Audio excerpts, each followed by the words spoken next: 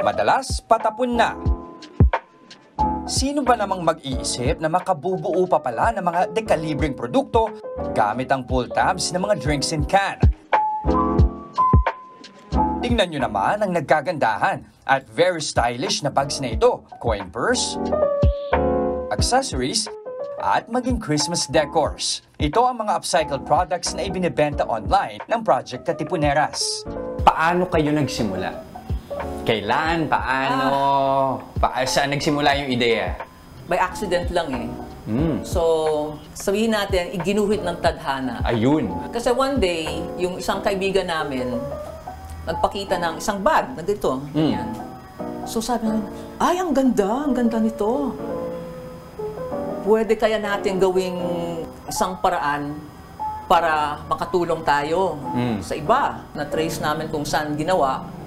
At tapos yun, meron pa pala silang iba-ibang klaseng produkto. Sa tulong ng isang anonymous donor na nagbigay ng 25,000 pesos, sinimulan ni Dudy at ng kanyang mga kaibigan ang kanilang passion project noong November 2022. Dahil maliliit at gawa sa aluminum ang mga pull tab, di birong effort ang inilalaan sa bawat produkto. Pero tingnan naman ang finished product. Ultimo mga artista nga gaya ni Kiana Valenciano, parokyano na ng kanilang mga gawa. Bakit naman hindi? Sa halagang 1,200 pesos hanggang 3,500, may pangporma ka na, nakatulong ka pa. Part of those proceeds, dinodonate namin yan sa education programs.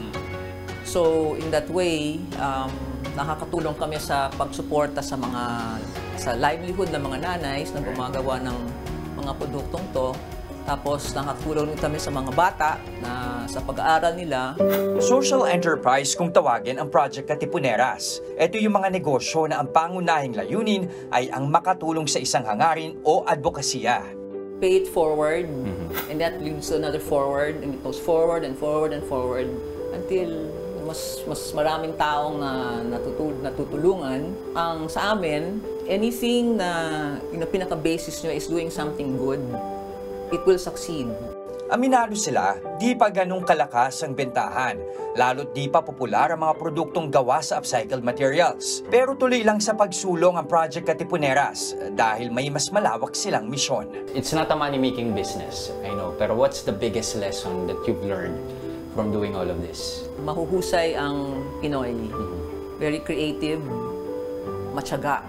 More than parang the business aspect is the social aspect of it na nakakatulong kami.